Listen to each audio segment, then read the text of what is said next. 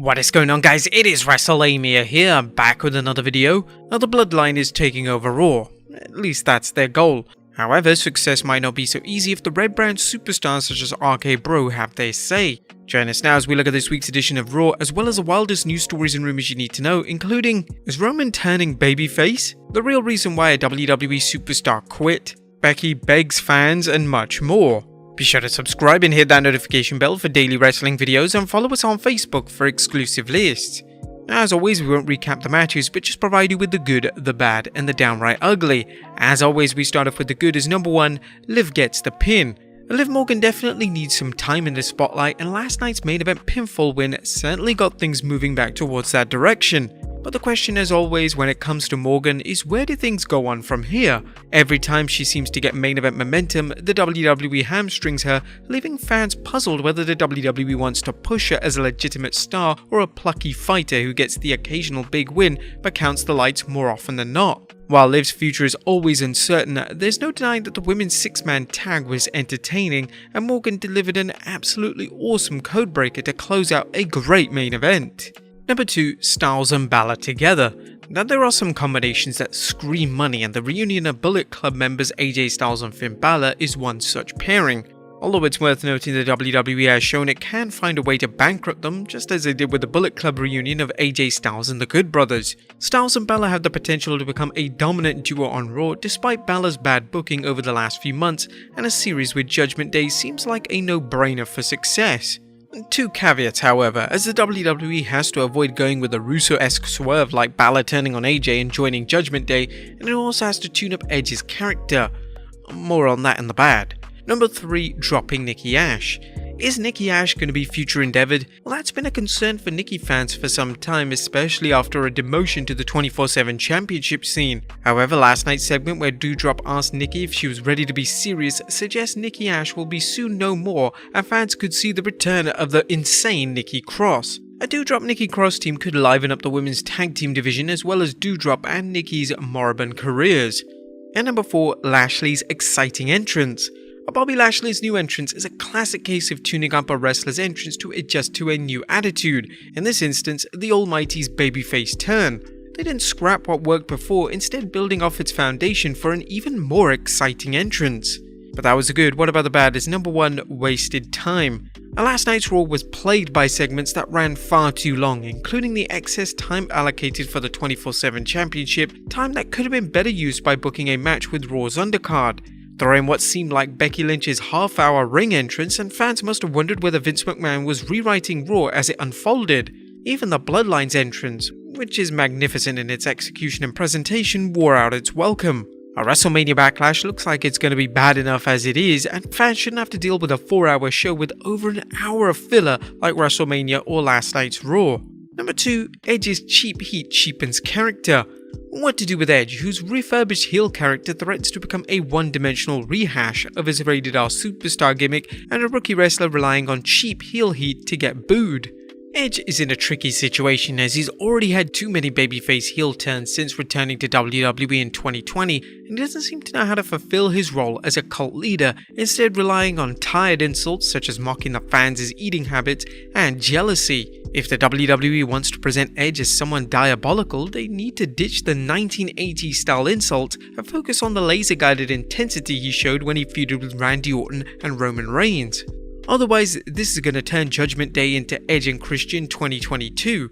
What's next? Edge sitting on his throne while Damian Priest tells the fans to prepare for a 5-second pose for the benefit of those with flash photography? It's just kinda bad right now. But that was bad. What about the downright ugly as WrestleMania Backlash?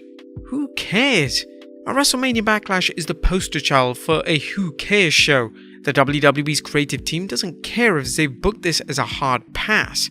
0 Raw titles are on the line, and so far there's only one title defense, the SmackDown Women's Championship. Fans have no interest in seeing repeats of WrestleMania 38 matches when there's only one rematch with an added stipulation. Oof. WrestleMania Backlash, more like WrestleMania Rematch. What did you guys think of Raw last night? Let us know in the comments down below. Now let's move on to the news.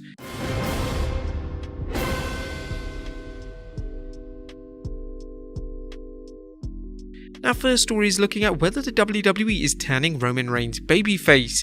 Is the WWE planting the seeds for Roman Reigns to go from villain to hero? Well, some fans tuning into last night's Raw got the impression that WWE is turning Roman face following the announcer's comments during the Bloodline's entrance. Wrestling News' Paul Rodriguez pointed out Reigns got cheered by a large portion of the audience as he made his way down to the ring with the Usos and Paul Heyman.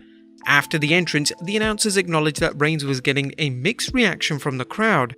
If that was a line from Vince McMahon, then it's another sign that Reigns' babyface turn could be coming. Although it's unknown just when the WWE would turn Reigns, assuming the company plans on turning him, there are a number of booking obstacles in the way, including who the WWE would book him against at its big shows such as SummerSlam and Clash at the Castle. Will the WWE book Roman against babyfaces there such as Cody or Drew McIntyre? If not, who do they see as a viable heel opponent? The WWE may take its time with Reigns' face turn, and there doesn't seem to be any need to rush it as Bloodline merchandise reportedly is still selling well and Vince McMahon may be happy not to rock the boat. They need to think of Reigns' face turn very carefully, unlike its hotshot booking of putting the WWE and Universal Championships around Roman's waist. Otherwise, Vince McMahon's rumoured plans at turning Roman into a megastar babyface could backfire, in effect returning to the days when Roman had go-away heat. Do you think they should turn Roman babyface? Let us know in the comments down below.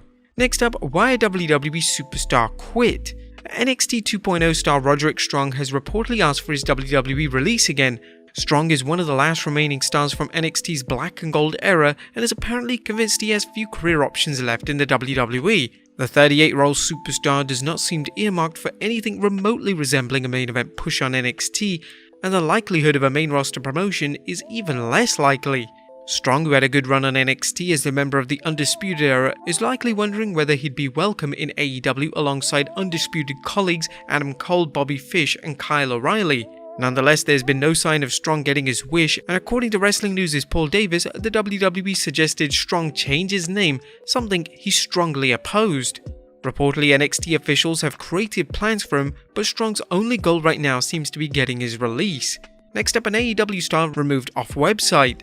Is AEW preparing to part ways with Dark Order's Stu Grayson? Well, that's the rumour going around after Stu Grayson was taken off AEW's roster page.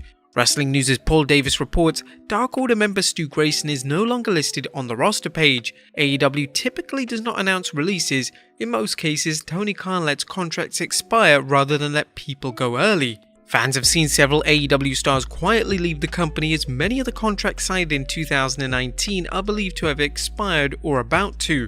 Some industry analysts see this as a sign of AEW trimming its roster to make room for the wrestlers it signed over the last 2 years, many of which are former WWE superstars.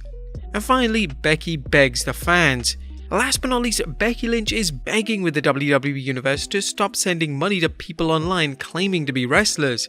Big Time Bex posted a passionate plea on Twitter begging fans saying, "It should go without saying, but I or any other WWE superstar would not ever message any fan looking for money or gift cards. Please, if anyone ever messages you pretending to be me asking for money or anything else, immediately block and report."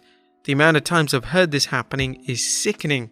We recently reported on the tragic story of a fan who lost their own home after falling for a scumbag scam where he posed as Liv Morgan, asking for financial support.